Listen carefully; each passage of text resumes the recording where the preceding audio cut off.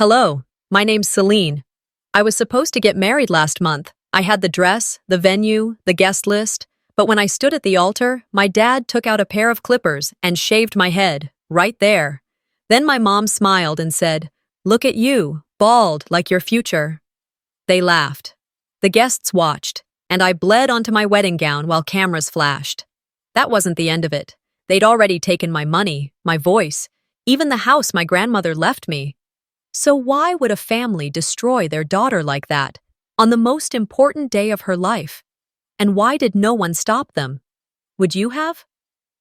I always imagined the night before my wedding would feel like a gentle breeze before a sunrise. Quiet, a little emotional, but warm and full of hope. I'd picture myself hanging my gown up with care, brushing my fingertips along its folds, taking a deep breath as I stepped into a life I had earned, one heartbeat at a time. But instead, that night felt like the door to a cage slamming shut. I was sitting at the edge of my bed in my room, my old childhood room, still painted in the faded pastel tones my mother insisted I keep. The gown I spent months saving for was hanging carefully on the closet door. I had just finished steaming the last wrinkle from the veil when I heard the familiar creak of the door handle turn. No knock, just the door swinging open like it owned the place. My father, Malcolm, stood in the doorway with a pair of electric clippers dangling from his hand. The sound of the hallway light buzzed faintly behind him, but his silence was louder. Behind him, my mother leaned on the doorframe, arms folded, her lips curled into that familiar smirk I'd come to dread. "There she is," Dad said, walking in like it was any other Tuesday. "Still pretending this circus is real?" I didn't say a word. I just stared at the clippers. "Relax," he added with a chuckle. "Thought I'd give 'em a test run, make sure they're sharp before the big day." He let the joke hang in the air like the smell of burnt coffee. I didn't move. I didn't even breathe. Mom's voice cut through the silence, her tone casual, like she was commenting on the weather. "At least she'll look like her future. Empty." My stomach turned. I could feel the heat rising up my neck, settling in my ears. I knew what they were doing. This wasn't just another insult. It was their way of marking territory, reminding me that no matter what tomorrow held, they still controlled the narrative. "I'm tired," I finally said, the words barely holding together. "Please close the door." Dad didn't budge right away. He stared at me for a beat too long, then laughed to himself as if my exhaustion was a punchline. "You're no fun anymore, Selene." When the door finally clicked shut behind them, I sat there in silence, hands trembling on my lap. I didn't cry. Not yet. Crying meant they won again, and I'd given them enough victories. But the damage had already started. The next morning came early. Too early. I hadn't slept more than an hour, maybe two. I kept waking up in bursts, my heart pounding, dreams soaked in unease I couldn't explain. When I finally got out of bed, the house was already alive with the kind of noise only family chaos can create. Muffled voices, slammed drawers, my mother barking orders like a general prepping for battle. The bridal prep room at the church was small, colder than it needed to be, and smelled like oversprayed perfume. The stylist, who had come recommended by Callista's friend, kept chatting like nothing was wrong, even as my eyes screamed otherwise. I sat still, letting her curl pieces of my hair, my hands folded tight in my lap. "You excited?" she asked brightly. I nodded. I didn't have the energy to lie out loud. Then Mom appeared again, standing behind me in the mirror, her reflection sharper than it should have been. She leaned in close, placing her hand on my shoulder like a mother might when comforting her child. But her words came out like poison. "Don't waste makeup, Selene," she whispered, her breath cool against my ear. "You'll still be a disappointment." Before I could even process the sting of it, Callista let out a laugh from the corner. She was on her phone, but she looked up just long enough to lock eyes with me in the mirror and grin. "You heard her," she said, loud enough for everyone in the room to catch. "Better keep the lights dim at the altar." The stylist laughed nervously. I didn't. I pressed my lips together hard. My eyes stung, but I refused to let a single tear fall. My hands, though, had started to sweat. I wiped them against the fabric of the robe I was wearing, the silk catching slightly against my palm. My breathing slowed, forced, deliberate. I glanced at the gown hanging on the rack behind us. It was still there, still beautiful, still mine, for now. But the words from the night before echoed too loudly. And now this. This wasn't just cruelty. It was rehearsal, and I wasn't being prepared for a wedding. I was being staged for something else. As I sat there, frozen in a chair I no longer wanted to occupy, I couldn't shake the feeling curling around my spine that if they treated me like this now, before I even stepped foot on that aisle, something much worse was waiting ahead. And I wasn't sure I'd make it through in one piece. The stained glass windows glowed soft and golden as the morning light filtered into the bridal prep room, but to me, it all looked dim. Colors that should have felt sacred, blues and ambers, soft lilacs, blurred into a muted haze. The warmth outside had no way in, not with the air inside this place so heavy it pressed down on my chest. I walked in alone. No one offered a smile. My dress was supposed to be hanging on the far rack, ivory silk, clean lines, buttons down the back like tiny pearls. I'd paid for it with every overtime shift I could get, but what I saw waiting for me wasn't what I'd chosen. It was wrong. A different dress, cheaper fabric, off-white, wrinkled, and hanging like someone had just yanked it out of storage. I blinked, thinking maybe I'd wandered into the wrong room. But my name was taped to the plastic bag, clear as day. I opened the bag, pulled it out, and held it up against my body. It sagged. No structure, no weight. The neckline dipped awkwardly, the hem already fraying. My heart started knocking in my chest, not from nerves, but something closer to grief. "Where's my dress?" I asked quietly, turning to the nearest bridesmaid.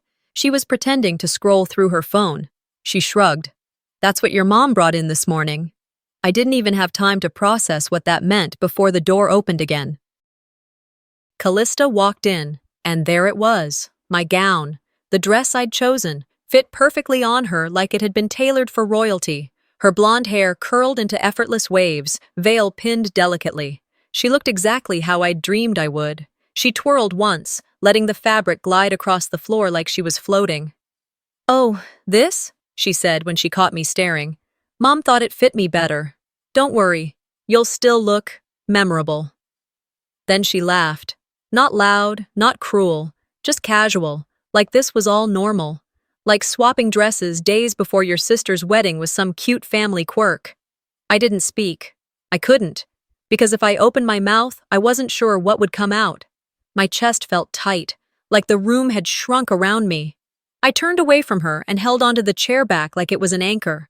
I needed a second. I needed to not fall apart here, not in front of her.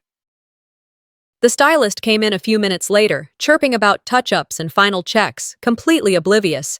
I sat in front of the mirror, but I couldn't look at myself. All I saw was her.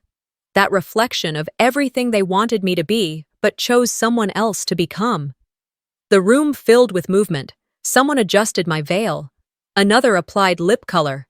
People buzzed around me, but I heard none of it. All I could think about was the voice from last night, his hand on my shoulder. "Don't worry, Selene. This is your day." At the time, I'd wanted so badly to believe it, that maybe, for once, he meant it. But that wasn't reassurance. It was misdirection. Now, I knew better. This wasn't sabotage out of nowhere. This had been planned. Or, at the very least, permitted. I looked up in the mirror, finally. My eyes met my own reflection, my skin pale, my lips trembling, my hands clenched so tight in my lap, I thought I might tear through the dress. That dress? That awful, limp thing I was expected to wear while she walked around in my future. I opened my mouth to say something, to anyone, but no sound came out. Callista passed behind me again, pausing just long enough to drop a whisper. "You should be grateful, you know," she said, her breath tickling my ear. "At least you'll have something to tell your grandkids." I wanted to slap her, not because of the dress, not even because of the moment, because she knew, she always knew. She knew what they did, how they treated me, what this wedding meant to me, and she didn't care. Worse, she enjoyed it. There was a knock on the door. My mother's voice came from the other side. 10 minutes, Selene. Are you ready?" I didn't answer. I stood and walked to the dress one more time. My hands moved slowly over the cheap fabric, feeling every thread that reminded me this wasn't mine. But I'd wear it, not because I accepted it, but because I refused to let them think they'd broken me. Even if the stitches fell apart, even if I looked like the joke they wanted me to be, I'd walk down that aisle with my back straight. I glanced over at the stylist, who was still fussing with her brushes. She looked up, startled. "You okay, honey?" I nodded once. I didn't need her pity. I didn't need anyone's pity. But I did need the truth. And the truth was, they weren't done. If they were willing to swap my dress and smile in my face like nothing had happened, what else would they dare to take from me before the vows? The hush that filled the church wasn't sacred, it was suffocating. As I took my first step down the aisle, everything inside me told me to turn around. The organ played something soft and predictable, and people turned in their pews, ready to watch a performance they assumed would be beautiful. But my heart already knew better. I walked slowly, holding the bouquet tighter than I meant to. I could feel the cheap fabric of the swapped dress scratch my skin with every movement, reminding me I wasn't walking into a celebration. I was walking straight into a trap I hadn't built, but one I was expected to decorate. My heels clicked across the marble as I approached the altar. Elias stood there, his face trying to be soft, supportive, but I saw the hesitation in his eyes, the confusion. He saw the wrong dress. He saw the veil that didn't match. He noticed everything, but said nothing. I stopped beside him, my body stiff, my thoughts louder than the music.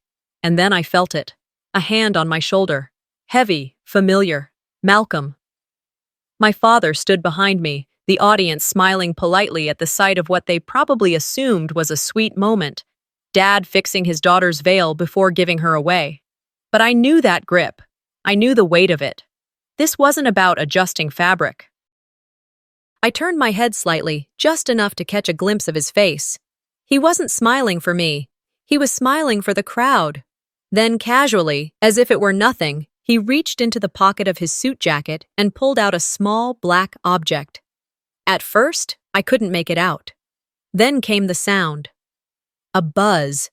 The unmistakable mechanical hum of electric clippers. My body locked. People murmured. Heads tilted. He didn't hesitate, not even for a second. His hand pressed against the back of my head, guiding it forward. The first touch of the blades against my scalp sent an electric jolt down my spine, not because it hurt, but because it was happening. It was real. The vibration thundered through my skull, through my ribs, through every part of me that still believed there was a line they wouldn't cross. My hair began falling in soft, uneven clumps. First to my shoulders, then to the floor. A long strand slid down the front of my dress and caught on my bouquet. Gasps rippled through the church. A few people actually laughed, uncertain chuckles like they didn't know if this was a prank or performance. Elias took a half step forward but froze. His lips parted, but no words came out. I couldn't move. I wanted to run, to scream, to grab the clippers and hurl them across the room, but I couldn't do anything. I was frozen in place, shamed in silence. My throat tightened, but no sound escaped. I could only feel the clippers buzzing and hear my father's soft grunt of satisfaction. Behind me, my mother let out a dry chuckle. "She needed a haircut anyway," she said, loud enough for the front row to hear. "Might as well be today." Another small burst of laughter trickled out from someone on the left side of the aisle, and I thought, I'm not the bride, I'm the joke. They turned my wedding into a comedy sketch. I couldn't see myself, but I could feel it. The patches, the exposed skin. The absence of something I'd never once thought I'd miss until now. The buzzing stopped. My father stepped back, admiring his work. I reached up instinctively, touched the top of my head and felt skin, damp, uneven, trembling. There was a sting. He'd nicked me. My fingers came away with a streak of red. The veil, which had been loosely pinned, slipped down my back and caught on the floor behind me. I could see it out of the corner of my eye. White lace, stained with strands of hair and a tiny smear of blood. No one moved. Even the priest looked stunned. My mother stood off to the side, arms crossed, expression flat. But there was a twitch in her mouth, a twitch I knew too well. She was enjoying this. She always did when things got ugly, as long as she wasn't the one bleeding. Callista, seated in the front row, leaned back, pulled out her phone, and casually snapped a photo. "Memory for the scrapbook," she whispered to the woman beside her. And in that moment, I knew there was no saving this day, no fixing it. No smile could be plastered over what had just happened. My humiliation had been public, deliberate, and permanent. It wasn't just a moment, they'd made it history. The priest, to his credit, looked like he might step in, might say something, but he hesitated. And that pause was all my parents needed. They had stolen the ceremony, stolen the stage, and no one had stopped them. I turned my eyes downward, and there on the altar table, next to the microphone, was a polished silver tray holding the communion items. My reflection stared back at me, a broken bride, red-eyed, patchy scalp, gown hanging wrong, not a woman in love, not a woman respected, just a spectacle. I felt the weight of everyone's eyes, the silence clinging to the walls, the judgment, the confusion, the pity. And underneath all of it, one question rang in my ears. If this was their opening act, what cruel finale had they prepared? There was no warning, no moment to breathe, to steady myself, to make sense of what had just happened. The buzzing had stopped, but in its place was the sting. A sharp, hot sting that ran across the crown of my scalp. I reached up instinctively. My fingers, trembling and unprepared, brushed against skin. Bare, sensitive, raw. When I pulled my hand away, there it was, red. It smeared onto the sleeve of the cheap gown, streaking across the white like an accusation. One drop slid down the front, catching on the wrinkled satin before falling to the floor. That's when the whispers started. Someone on the left side gasped audibly. A woman behind me let out a low, "Oh my God," that rang louder than the organ ever had. A man coughed awkwardly. Chairs creaked as guests shifted, uncomfortable, uncertain of what they were witnessing. And then came her voice. My mother's. "Look at you," she said as she stepped into view, her heels clicking confidently on the marble. She stood beside me, looking down as if I were a sculpture she hadn't finished breaking. Then she reached out, tilted my chin upward, and gave the crowd a full view of the damage. "Bald like your future." The words sliced deeper than the clippers ever could. I stared straight ahead, not at her, not at the crowd, not at the altar, just into the space between, where I could pretend none of it was real for half a second longer. But it was real, and it was getting worse. My father chuckled. That low, gravelly laugh I'd grown up hating. It always meant he thought he'd done something clever. "Best family joke yet," he announced, turning toward the congregation like a bad comedian delivering his closer. "Come on, folks. She cleans up nice, doesn't she?" He held up his phone and snapped a photo, then another, and another. Flash, flash. The sound of his thumbs tapping the screen made my stomach twist. "Make sure you get the blood in that one," he added with a grin. The MC, Angela, a friend of Elias's family, stepped forward, visibly shaken. She held a microphone in one hand and gestured lightly toward my father with the other. "Sir, I think we should maybe—" Before she could finish, Malcolm shoved her back with a casual swipe of his arm. Not hard, but enough to make a point. The microphone clattered to the floor, the feedback squealed, and more guests turned in their seats. "Stay out of it," he snapped.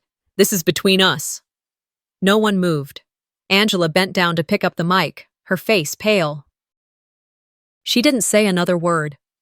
I stood there, bleeding, silent, my scalp exposed under the harsh lights that had been meant to highlight joy, not shame. The warmth of embarrassment spread like fire beneath my skin, and still, not one person came to my side. Not Elias, not Callista, not a single member of my family. Callista was grinning. I saw it. She didn't even try to hide it. She leaned toward our cousin Shelby and whispered something, then laughed. Shelby didn't laugh, but she didn't stop her either. Every eye on me wasn't empathy. It was curiosity, like I was the subject of a twisted display. My body felt too heavy to move, my feet rooted to the spot.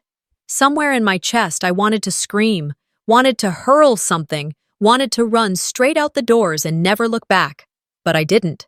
Instead, I just stood there, feeling the hot trail of blood curve behind my ear, down the back of my neck. And they watched. I realized my pain was their performance. They had turned my ceremony into theater, my body, my dignity, my silence. It was the show. And they were all holding their tickets, front row. One of the older guests, a woman from our church I hadn't seen in years, leaned toward her husband and muttered, "I knew she was always a bit odd, but this—" Her husband replied, "It's a shame, really. She could have just walked away. Didn't have to make it dramatic." That was it. That was the moment I understood. They didn't see what had been done to me. They only saw what they were told to see. And my parents had been spinning the story long before today ever began. I was the failure, the black sheep, the one who couldn't get it right. So if I snapped today, well, it would just confirm the image they'd already built. If I screamed, they'd say I was unstable. If I ran, they'd call me a coward. And if I cried, they'd smile. So I did none of it. I swallowed every burning tear and kept my face still, blank, unreadable. Not for them. Not to survive, but because I knew the only way to take this back was to let them believe they'd won. Let them get comfortable. Let them laugh. Let them think they'd erased me, because that's when people start talking freely. That's when they start bragging. And I had already begun to listen. I felt the sharp edges of my father's words, the poison of my mother's smile, and the echoes of their laughter following me like shadows. And if they could laugh while I bled, then there was nothing they wouldn't dare to destroy. But not tonight. Soon. The words settled at the base of my throat like a stone. I didn't say them to make a scene. I didn't scream them into the air like some grand defiance. I just let them sit there, quiet, heavy, and alive. After the ceremony, if you could even call it that, the guests slowly filtered into the reception hall, their murmurs and half-whispers dragging behind them like a fog. No music, no joy. Just confused glances, clinking glasses, and people too polite or too cowardly to ask me what had just happened. The room was beautiful. Candlelight flickered across crisp white linens. Tables were adorned with hydrangeas and soft gray ribbon, the kind of aesthetic I'd spent hours planning. But everything felt hollow now, like the bones of a body with no soul left in it. I stood near the doorway, still in that awful dress, still reeling from the assault I was expected to forget. The wound on my scalp had stopped bleeding, but the sting lingered. That's when I heard her voice again. My mother. She didn't lower her tone, didn't try to whisper. She stood at the center of the room, wineglass in hand, as if she'd already given some kind of toast. She wanted the attention, she said, loud enough for at least 3 tables to hear. Don't feel sorry for her. This is what she does, always playing the victim. Several heads turned toward me. A couple guests gave me tight-lipped smiles, unsure how to respond. Others glanced away like they'd been caught watching something they weren't supposed to see. Vera continued without missing a beat. She's always needed to be the center of the storm. Even today, she just had to make it about her. My breath caught. My hands clenched at my sides. I wasn't surprised. I should have expected it. And yet, it still knocked the wind out of me. I scanned the room for Elias, hoping, just hoping, he'd meet my eye, say something, do anything. But he stood by the dessert table, talking to a group of his extended relatives, looking like a man who didn't want to pick a side. That was the worst part. Silence from strangers I could handle. But silence from someone who promised to love me. That broke something deeper. And then, a voice cut through the growing discomfort.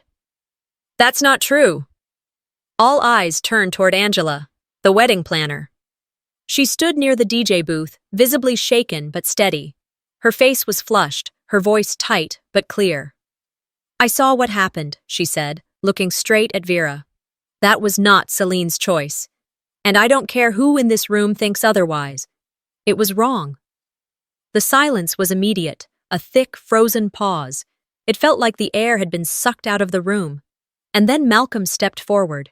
He didn't yell. He didn't even raise his voice. His tone was calm, dangerously calm. This is a family matter, he said, eyes locked on Angela. Sit down before you embarrass yourself. Angela blinked. and I watched, helpless, as the confidence drained from her face. She opened her mouth, closed it, then nodded stiffly and sat back down at her table. Just like that, the moment was gone. A few people looked uncomfortable. One woman shook her head and whispered something to her husband, but most just looked relieved. Relieved that the confrontation had ended, that the awkwardness had passed. And me, I stood there, watching it all, my body frozen, but my mind sharpening. That was the moment the rage outweighed the shame.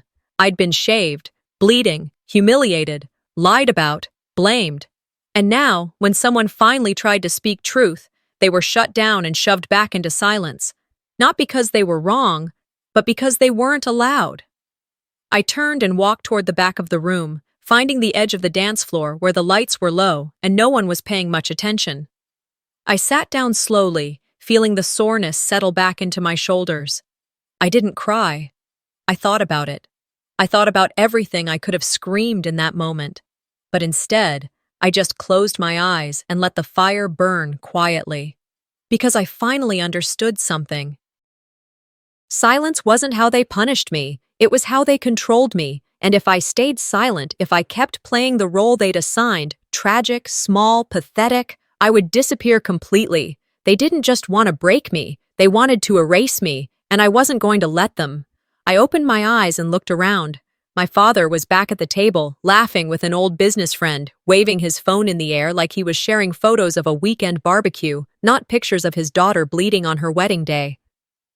My mother was walking around like a hostess at a charity gala, touching shoulders, whispering poison in the ears of anyone who would listen. Callista had taken over the head table, drink in hand, smiling brightly for a group photo. And me? I was invisible, but not for long. I reached into my purse and pulled out my phone. I scrolled through the photos I'd taken leading up to the wedding, the dress fitting, the email from the bridal shop with the confirmation, the screenshots of the payment, the time-stamped messages. I saved them all again into a private folder and then opened the voice memo app. I hit record. Then I whispered into the mic. Selene Walker.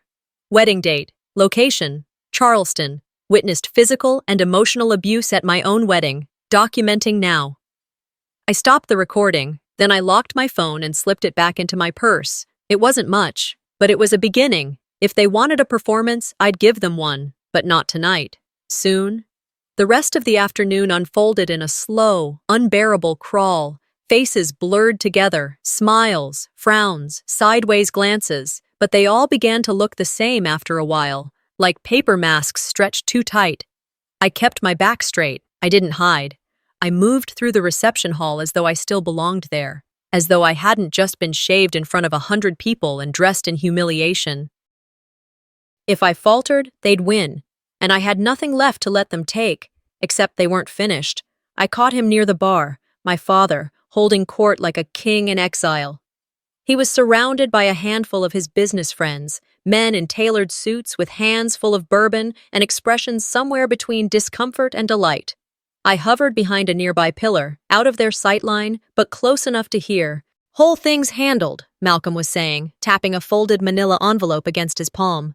"Rewrote the trust papers last week. Moved the account to Callista. No loose ends." One of the men chuckled. "Selene doesn't know?" He shook his head. "Why would she? She can't manage a savings account, let alone a trust. Callista's the face of the family now. It's done." The laughter that followed wasn't loud. It was low and smug and sickening. I had to grip the edge of the wall to steady myself. My name, my future, my legacy, passed over like I was a loose thread to be clipped away. So this was it. Not just public humiliation, not just blood on lace and ruined vows. They'd stolen my place in the family completely, and they didn't even try to hide it. I turned before I could throw up right there in my shoes. I walked quickly, blindly, past servers refilling champagne flutes, past guests who didn't dare meet my eyes, toward the far end of the reception hall where the photographer had set up for formal portraits. The moment I saw the backdrop, the one I had picked, navy velvet with soft gold trim, I froze. It was supposed to be elegant. It was supposed to be mine, but they were already gathered there. My parents, my sister, a handful of extended family. Callista was front and center, laughing, her hands on her hips. She looked stunning, like something out of a bridal magazine, the dress she stole still perfect, unwrinkled, untouched by cruelty. My mother stood beside her, smiling sweetly at the camera, like we were all just one big happy unit. And my father had his arm draped across Callista's shoulders, holding up a champagne glass as though he were celebrating a job well done. I stepped forward just as the photographer raised the camera. "Wait," I said, my voice louder than I intended. They turned. I expected surprise, guilt, maybe, but all I got was irritation. "We're trying to finish this photo," my mother said. "Don't cause a scene." Callista smirked. "If you want in, there's room on the end. Just tilt your head down a bit." She didn't say it kindly. She said it like it was a punchline. I stood there, blinking. I should have walked away. But instead, I stepped into the frame. I didn't smile. I didn't touch anyone. I just stood at the edge, my bald head gleaming under the soft lights, the bloodstains still faintly visible on the neckline of my dress. The camera clicked, and that's the image they'll always have. Not a wedding photo, a monument to their cruelty. They posed beside me like they hadn't destroyed me. They stood tall and proud, pretending nothing had happened. And me? I didn't move. I didn't cry. I just memorized it. Every flash, every fake smile. Every single eye that looked past me like I didn't exist. I filed it all away, not as pain, but as fuel. Later, as I slipped into a quiet hallway off to the side, I let myself breathe. The reception noise was muffled here, just faint echoes of laughter and clinking glasses bleeding through the walls. I found a chair, sat down, and took off my heels. My feet ached, my scalp still burned, but I was fully aware now. I was present. No more dazed silence, no more passive survival. For the first time in years, I felt clarity. I wasn't just a daughter, I wasn't a victim. I was a witness, and a keeper of receipts. They thought they could take everything and walk away laughing, that they'd twisted the knife so deep I'd never get back up.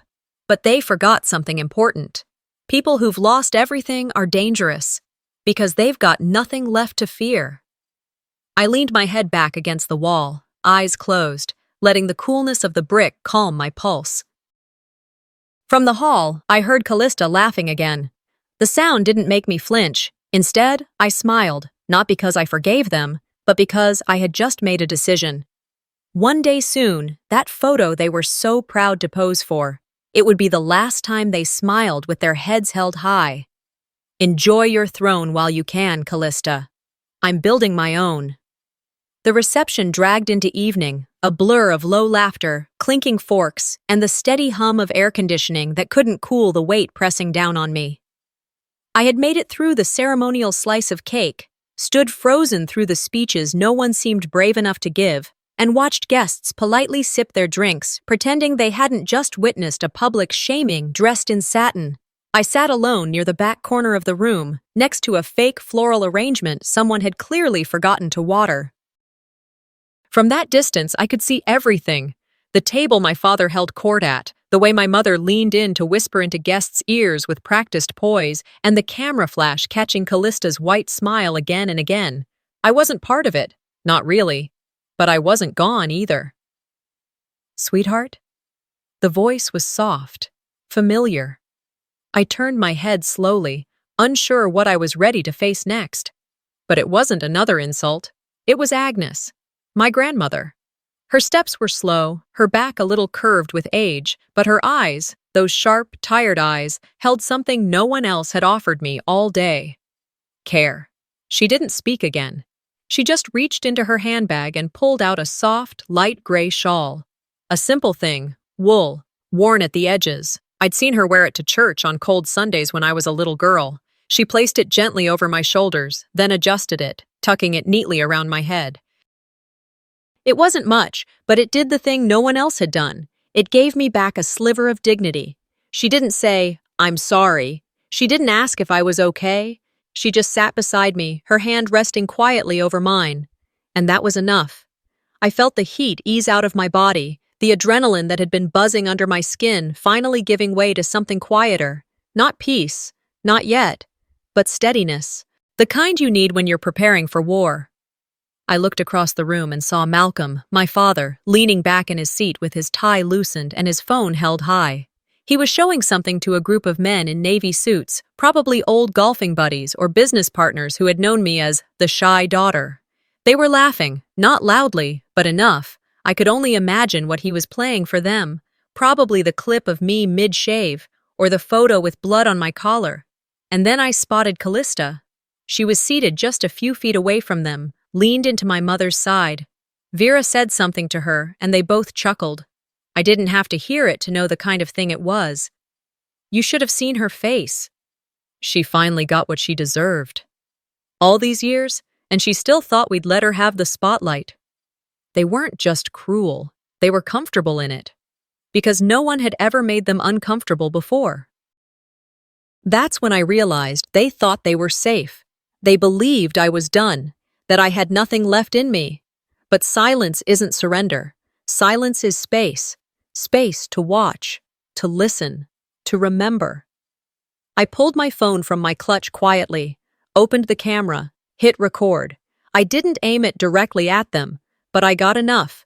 Their voices, my mother's tone, my father's bragging. I recorded the words I'd need later. I then switched to voice memos and captured a few quotes I'd overheard from the staff. Nothing too clear, but enough context to show the night wasn't what the invitation had promised. Later, when the dancing started, I moved through the crowd like a ghost. Unseen. Unbothered. They'd pushed me to the margins, and now I lived there, just close enough to hear everything, just far enough to make them forget I was still paying attention. At one point, I caught a waiter in the back texting another staff member. The message was short, but revealing, "Bride's fam is nuts. I'm getting this on video before they implode." I leaned in slightly. "Would you send that to me?" He looked up, startled. "Sorry, I didn't mean to." "It's okay," I said gently. "Just, if you have anything saved, would you mind sending it?" He blinked, then nodded. "Yeah, sure. You deserve better than what I saw up there." I gave him my number, quietly, discreetly. No fanfare, no threats. That's the thing about people who work behind the scenes. They see everything, and most of the time, they're just waiting to be asked. I went back to my corner table and checked my new messages.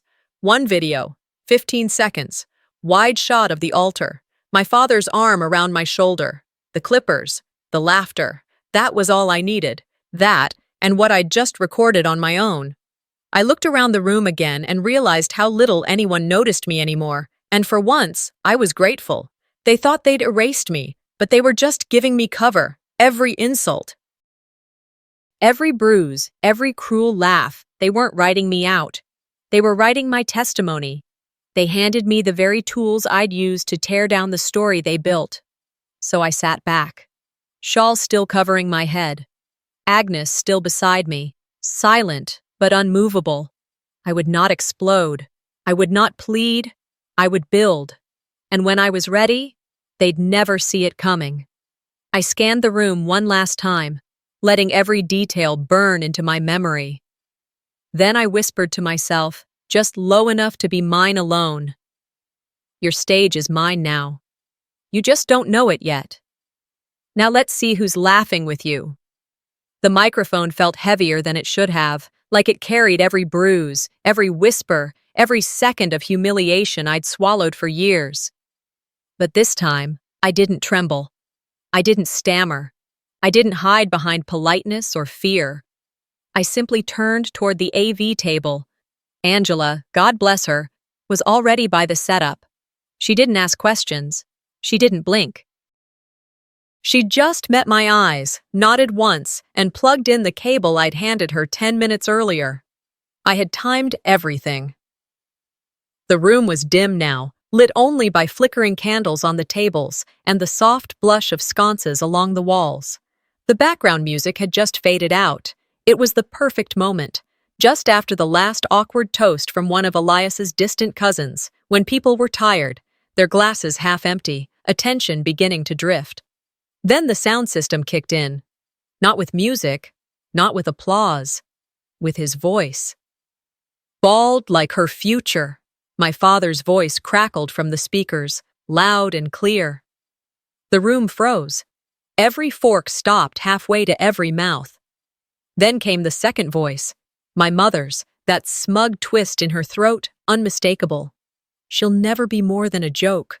It's who she's always been. A gasp sliced through the center of the room. A real one. Raw. Someone's wine glass clinked hard against the table, the hand holding it clearly unsteady. I stood there, no longer on the edge of the dance floor, but fully in view. The shawl from my grandmother still wrapped loosely around my shoulders, my dress still ruined, my head still bare. But I had never stood straighter. The recording continued, clips of them laughing about the haircut, my mother cackling about how long she'd waited to finally put Selene in her place, my father showing off the photo. She'll remember this more than her vows. One after the other, every word they thought they got away with, now echoing across the very hall they used to shame me. And no one could look away. Even Callista, who had spent the entire night floating from table to table like a polished debutante, had gone still. Her hand hovered mid-air, her flute of champagne untouched. I scanned the faces, some horrified, some angry, some stunned into silence. But none of them laughed, not anymore. For the first time in my life, the silence belonged to them. I turned my gaze toward Agnes. She hadn't moved. She didn't flinch when the voices filled the air, didn't shift in her seat. Her eyes were fixed forward, her face calm. But those eyes, those sharp, unrelenting eyes, locked onto Vera and Malcolm like a spotlight from heaven itself. She didn't need to say a word. The verdict was in her stare. Judgment. Clear. Final. I took a slow step forward, picked up the mic that had been left on the edge of the table, and held it with one hand. My voice didn't waver. "You wanted everyone to laugh at me," I said. "But what you forgot is that eventually, everyone hears the truth, and laughter doesn't last long when it's fed by cruelty." The silence deepened. Malcolm stood from his chair, slowly. He looked dazed, like someone had pulled the rug from under him mid-speech. His lips moved, but no words came. Vera opened her mouth too, but only managed to mutter, "This isn't what it looks like." A few guests stood. One couple I didn't even know that well grabbed their coats without looking back. Someone near the back said flatly, "It looks exactly like what it is." Then more people followed. A soft rustle of movement, chairs scraping, handbags being picked up, hushed murmurs of, "Can you believe this?" and, "I never liked them anyway." It was slow at first, like water seeping under a closed door. Then it became a tide. The crowd turned, not toward me, away from them. Malcolm gripped his phone like it was some kind of lifeline, but there was no video that could save him now. Vera kept repeating the same useless phrase, "That's not how it happened." But no one listened. And Callista? She just sat there, frozen. Her carefully crafted image cracking at the edges. That fake smile? Gone. She looked at me for the first time all night, truly looked. And I held her stare without blinking. She was realizing something, that the storybook ending they'd all scripted, with her as the golden child, the beloved, the one who inherited the name and the legacy, was slipping right through her manicured fingers. I gently set the microphone down on the table. Not with force, not with flair, just the way someone would set down a truth that had taken a lifetime to carry. Then I turned to the few people still seated near the center, people I had grown up with, neighbors, family friends, church members who had watched me become invisible over the years. And I said one last thing. You believed them because it was easier, but now you know. So if you keep laughing with them, that's your choice. I didn't wait for applause. I didn't need it. I walked away, slow and sure, leaving the voices and stares behind me like echoes I would no longer carry. The shame they wrapped me in had unraveled. And I wasn't going to pick up a single piece of it. Now let's see who's still laughing with you. I didn't look back as I walked off the dance floor that night. I didn't need to. The weight of their silence trailed me like a long, tired shadow, present, but no longer heavy. It wasn't shame. It wasn't even sadness. It was satisfaction. That quiet kind, the one you feel deep in your ribs when you finally say, enough, and mean it. By the next morning, Charleston looked different. Or maybe it was just me, finally seeing it without the fog of obligation, without the soft focus lens of family first, blurring out the damage. The city sounded clearer. Church bells rang in the distance as I sat alone on the front steps of my apartment. A breeze moved through the early light, brushing over the fresh gauze taped across my scalp. I touched it gently, feeling the sting and the healing both. I sipped lukewarm coffee from a chipped ceramic mug that didn't match anything, but had always been mine. My phone sat beside me on the step, face up, buzzing intermittently with unread messages. Some were from guests who had walked out halfway through the ceremony. Some were from people who stayed too long and said too little, but none from Malcolm, none from Vera, not even Callista. And that suited me just fine. At 10 a.m., I called a rideshare and went to the urgent care clinic in my neighborhood. No press, no drama, no scene, just a nurse with kind eyes who took one look at the gauze and said softly, "Let's get you taken care of." She asked how it happened. I told her, without embellishment or apology. My father used clippers to cut my hair during my wedding ceremony, aggressively. She blinked, paused for the smallest moment. Then she nodded and handed me the intake form without pity, without theatrics. That gesture alone, her refusal to make it about anything but care, felt more like family than anything I'd received in years.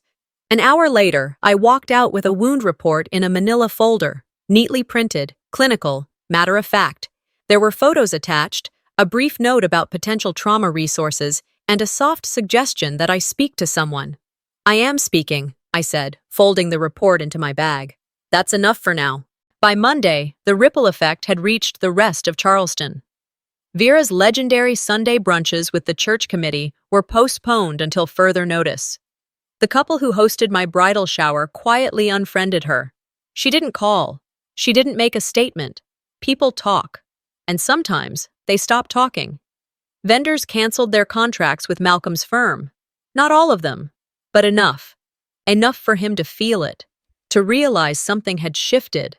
Maybe not publicly, but socially, subtly. The cracks were there now, visible beneath the polish. Elias told me 2 of his co-workers pulled him aside in the break room and said simply, "We saw the clip. That should never happen to anyone." For the first time, I wasn't ashamed. I wasn't afraid. I wasn't the woman who made a scene. I was the woman who stood back up when no one expected her to. Weeks passed. My hair began to grow in again, soft, fine, uneven, like down on a baby bird. I didn't hide it. I didn't wear wigs or scarves. The shawl from Grandma Agnes still hung by my front door, but I hadn't touched it since that night. I'd folded it carefully and placed it in a shadow box, behind glass. A small tribute, a quiet reminder of the one moment that kept me from fading. Agnes visited once a week. She brought fresh bread and quiet presents. She never brought up the wedding. She didn't need to. We both knew what had been said, and more importantly, what hadn't needed saying. The day of the rescheduled photo shoot arrived under a blue sky, with just enough breeze to catch the edges of my dress. I wore soft blue, no veil, no staging, no illusions, just fabric that fit my body, not anyone else's expectations. Elias met me at the park with a warmth in his eyes that never asked for anything I wasn't ready to give. We didn't speak much. We didn't have to. The photographer, a stranger, unconnected to any of the chaos, pointed to the bench under the old oak tree. The light filtered through the leaves like gold. "Would you like to include your parents in a shot?" he asked kindly, unaware of what he was really asking. I didn't hesitate. "No," I said. "I want this photo to be filled only with love." Elias took my hand. We sat together. The camera clicked. And for the first time, the image reflected the moment. No performances, no posed smiles for people who hadn't earned them. No curated versions of a life that didn't exist. Just us. Honest, unedited. That night, I sat at the kitchen table, scrolling through the proofs the photographer had emailed. My reflection looked back at me, hair still short, eyes still tender, but standing tall. the posture of someone who had walked through fire and come out made of something softer, but stronger. Not pain, not anymore. There was memory in those eyes, sure, but not control. Their laughter no longer echoed through me the same way. It lingered in corners, like dust on forgotten shelves. But it didn't stick, not now that the truth had spoken louder. I closed the laptop and looked over at the calendar on the fridge. A black Sharpie note marked next Friday. Court appointment, name filing. Not revenge, not attention, just ownership. They had taken my wedding, but they wouldn't take my name, or my story, or the stillness I had built in the ruins they left behind. For the first time in my life, I wasn't navigating my family like a minefield. I wasn't walking on eggshells. I wasn't begging to be understood. I was done surviving them. I was stepping into something else entirely. And though the scars across my scalp would slowly fade, the ones they etched into my spirit were permanent. But I didn't hate them. I honored them differently now. Not as wounds, as witness marks. Scars don't mean weakness. They mean you walked through fire. And now you know better than to hand someone else the match. They mean you survived. And now the story is mine to tell. On my terms. And when I speak, I don't whisper. Sometimes, the people who are supposed to protect you are the ones who hurt you the most, but the real strength is in choosing not to become like them. Selene didn't scream. She didn't fight dirty. She let the truth speak for itself, and that was more powerful than anything else. Have you ever had to walk away from your own family to protect your peace? Let us know in the comments, and don't forget to subscribe for more true, powerful family stories that stay with you long after the video ends.